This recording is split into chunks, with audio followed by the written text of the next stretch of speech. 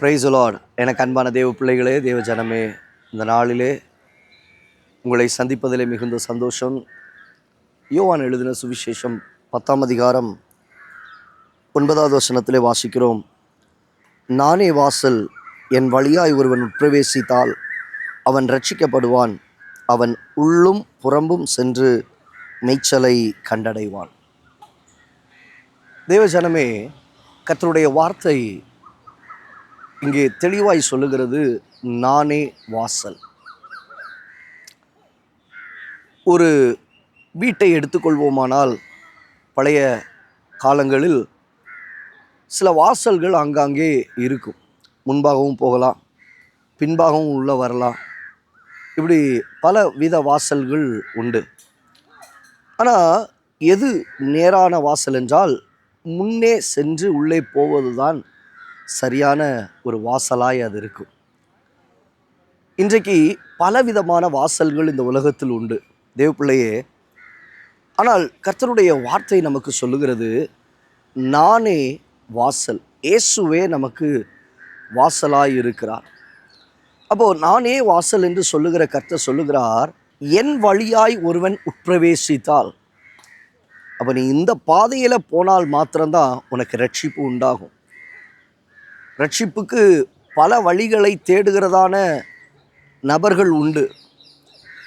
பல பாதைகளை போய் எப்படியாவது கடவுளை அடைந்து கொள்ளணும், கடவுளிடத்தில் கிட்ட போயிடணும்னு நினைக்கிற கூட்டங்கள் உண்டு.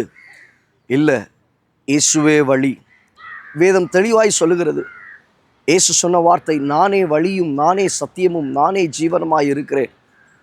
அப்போது அவரே நமக்கு வழி, அவரே நமக்கு வாசல். அப்போது ஒருவன் என் வழியாய் உட்பிரவேசித்தால், அந்த வாசல் வழியாய் அவன் உட்பிரவேசிப்பானால் அவன் ரட்சிக்கப்படுவான், அவன் காப்பாற்றப்படுவான். தேவ ஜனமே, தேவ பிள்ளையே, இன்றைக்கு நீ ரட்சிக்கப்படுவதற்கு, நீ காப்பாற்றப்படுவதற்கு பல வழிகளை தேடாதே. இயேசுவின் வழியிலே கடந்து போவதற்கு உன்னை ஒப்புக்கொடு. அவருடைய வாசலுக்குள்ளாய் கடந்து செல்வதற்கு உன்னை ஒப்புக்கொடு. அப்போ ஒப்பு கொடுப்பாயானால் முதலாவது ரட்சிக்கப்படுவாய். 2வது வசனம் சொல்லுகிறது, அவன் உள்ளும் புறம்பும் சென்று மேய்ச்சலை, ஆசீர்வாதங்களை, நன்மையை அவன் கண்டடைகிறவனாய் இருக்கிறான். இப்போ இன்னைக்கு அவனுக்கு ஏற்ற நன்மைகள் உண்டாகிறதில்லை. அது அற்றுப்போன சூழ்நிலையிலே அவன் காணப்படுகிறான். காரணம் என்ன? அவன் பிரவேசிக்க வேண்டிய வாசல் வழியாய் அவன் பிரவேசிக்கவில்லை. ஆசீர்வாதங்களை பெற்றுக்கொள்ள வேண்டிய இடத்திலிருந்து பெற்றுக்கொள்வதற்கு அவன் தன்னை அர்ப்பணிக்கவில்லை. தேவனுடைய வழியில் கடந்து சென்று ஆண்டவராகிய இயேசுவின் வாசலுக்குள்ளே பிரவேசித்து அங்கே ரட்சிக்கப்பட்டு அங்கே உள்ளும் புறமும் சென்று மேய்ச்சலை கண்டடைய, ஆசீர்வாதங்களை கண்டடைய தேவனாகிய கர்த்தர் உங்களுக்கு கிருபை தருவாராக. தேவ பிள்ளையே, வேறு வாசல்களோடு கூட கொண்டு செல்லுகிற அநேகர் உண்டு. இப்படி போயிடலாம், குறுக்கு வழியில் போயிடலாம், இந்த வழியில் போயிடலாம். இல்லைங்க, ஒரே வழி தான், நேர்வாசல் தான், ஒரே பாதைகள் தான். அந்த பாதையில் மாத்திரம் நீ போவாயானால் மாத்திரமே நீ ஆசீர்வதிக்கப்பட முடியும். உள்ளும் புறம்பும் சென்று வசனத்தின் மேய்ச்சலானாலும் சரி, உலகத்தின் ஆசீர்வாதத்தின் மேய்ச்சலானாலும் சரி, இவைகளை நீ சுதந்தரிக்க தேவன் உனக்கு கிருபை செய்வார். கண்களை மூடி ஜெபிக்கலாமா?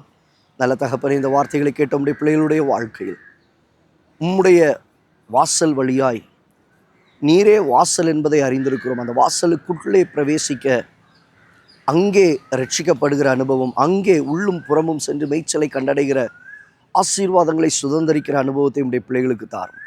தாழ்த்தி அர்ப்பணிக்கிறோம். மகிமைப்படும் இயேசுவின் நாமத்தில் பிதாவே, ஆமென். ஆம் தேவ பிள்ளையே, இன்றைக்கு தேவன் எதிர்பார்ப்பது அவருடைய வழியாய், அந்த வாசல் வழியாய் பிரவேசிக்க கர்த்தர் உங்களுக்கு உதவி செய்வார். உள்ளே சென்று உள்ளும் புறம்பும் மேய்ச்சலை கண்டடையும், ரட்சிக்கப்படவும் கர்த்தர் உங்களுக்கு கிருபை பாராட்டுவார். God bless you. God bless you.